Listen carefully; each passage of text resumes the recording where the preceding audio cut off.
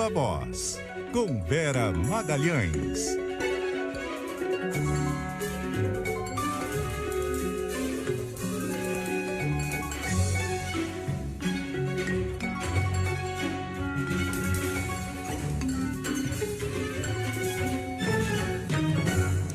E aí, Vera Magalhães?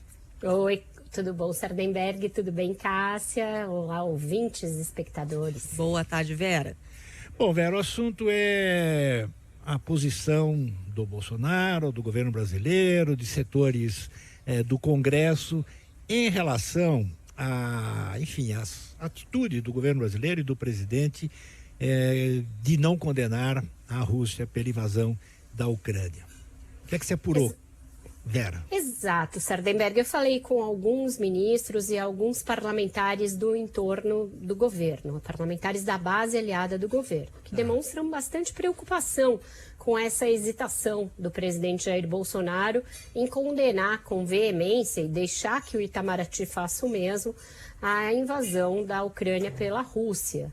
Porque eles estão imaginando que esse conflito não vai se resolver tão rápido, embora o Putin fale em negociações nos seus termos, né, em negociar uma paz, mas nos termos da Rússia, eles acham que ainda pode se prolongar e que pode também se desdobrar para outros países, como já demonstrado pelos Estados Unidos, demonstrado ontem pelo vice-presidente Hamilton Mourão, e com isso ele ganharia aí uma escala maior e se prolongaria com efeitos econômicos sérios para o Brasil. Eles dizem, não tem por que o presidente ficar preso a essa posição, uma vez que se o confronto se prolongar e se as sanções forem efetivadas e forem ainda mais agravadas nas próximas semanas, isso já afetará fatalmente o comércio entre o Brasil e a Rússia, inclusive naquilo que o Bolsonaro alega ser razão para ele não se meter nisso, o fornecimento de fertilizantes e de outros produtos do gênero. Além disso, Sardenberg, tem um grande temor dessa base quanto ao reflexo que o conflito vai ter nos preços dos combustíveis, né?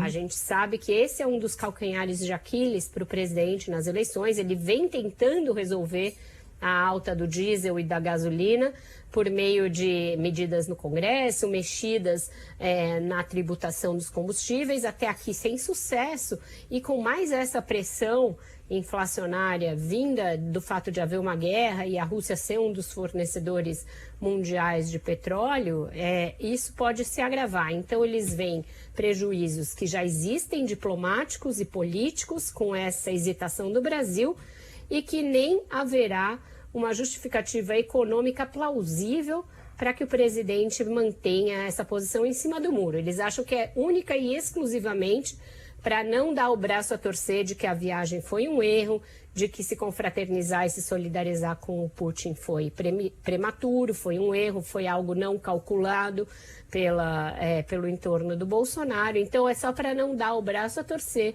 que ele deixa o Brasil nessa posição muito desconfortável diante do resto do mundo. E Vera, você sabe que, aproveitando aqui o seu comentário, a parte dessa história que sobrou para o presidente da Petrobras. Hoje, durante a inauguração do novo marco regulatório do Inmetro, o presidente Bolsonaro reclamou de novo do preço da gasolina e do diesel. Ele disse que não pode interferir na Petrobras, mas tem cobrado soluções. Ele disse o seguinte, Vera: o presidente da Petrobras ganha mais de 200 mil por mês, tem que apresentar solução. Gente do céu. Entregou ainda o presidente lá, que é amigo dele, o general, né? E veja, isso foi nomeado por ele, nomeado primeiro em Itaipu, depois na Petrobras, justamente quando ele implicou com o presidente anterior, o Castelo Branco. Então o presidente vai gerindo empresas que têm aí, né, ações em bolsa, tem sócios minoritários, tem toda uma governança que é distante do governo, como se fosse um puxadinho dele, e como se o general Silvio Luna ainda devesse agradecê-lo por ter escolhido ele para esse cargo, porque afinal olha o salário poupudo aí que ele está recebendo, não é Mas mesmo? ainda entregou o general, né? Que ele Já ganha foi E mais. ainda não em faz relação à nem remuneração. não dá nem essa forcinha de baixar o combustível, vê se pode. O Bolsonaro, ele imagina as questões de Estado, as questões da economia, como se fosse aquele jogo que você faz entre os seus parceiros ali na dama ou no dominó da praça, né? Ah, eu te paguei o café ontem, você tem que me pagar hoje. Como é que, né? Como assim? É inacreditável, inacreditável. E mesmo com o Mourão, né? Sim. O modo como ele tratou o vice-presidente da República ontem. Piruada. Que o Mourão estava fazendo piruada ao falar de uma questão que é uma questão de Estado, que ele não tinha falado, o vice-presidente da República fala, o Mourão é um general, ele adora esses temas ligados à guerra, ligados à geopolítica, ele estudou muito isso, ele é realmente um estudioso das questões da Segunda Guerra Mundial, etc., e ele falou, olha, isso que a gente está vendo não é uma ameaça, é uma guerra, e é uma guerra de anexação de territórios. Ele inclusive, disse que isso vai escalar para a Moldávia, para os países bálticos, etc. Bolsonaro não gostou, porque é um assunto do qual ele não faz a menor ideia, ele não tem uma pálida ideia do que se passa ali, na verdade, nem da história e nem dos interesses presentes. Foi lá apertar a mão do Putin porque ele achava que precisava se mostrar como um líder bem aceito no mundo para não ficar muito atrás do Lula. A verdade é essa, né? As razões são as mais comezinhas possíveis. Mas foi uma idiotice, né? Quer Idiotice dizer, absurda. ele podia ter ido em qualquer outro lugar, menos lá, né?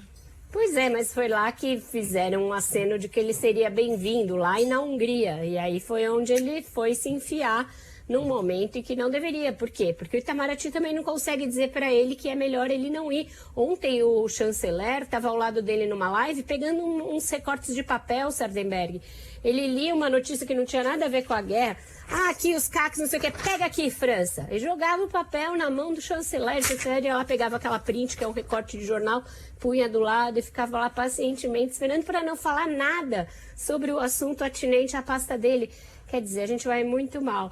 E só para a gente terminar nosso papo, Sardenberg, uma curiosidade que eu mesma não estava me dando conta, mas que o entorno do vice-presidente me lembrou nos últimos dias, que por uma particularidade da nossa lei que criou a reeleição, sabia que vice-presidente da República não precisa nem renunciar, nem se desincompatibilizar para disputar outros cargos?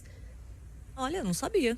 Eu também não sabia, eu achava que o Mourão saía agora em abril e que o Bolsonaro ia se ver livre dele, mas não, o Bolsonaro vai ter que engolir o Mourão até 1º de janeiro, vão descer a rampa juntos, porque ele pode disputar o Senado estando na vice-presidência. Estando na vice da presidência, com o cargo e criticando o presidente. Falando Exatamente. à vontade, dando piruada à torta e à direita.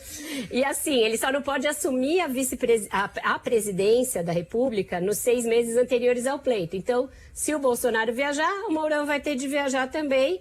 E aí, sei lá, assume o Arthur Lira, não sei quem assume, não sei se assume o Fux.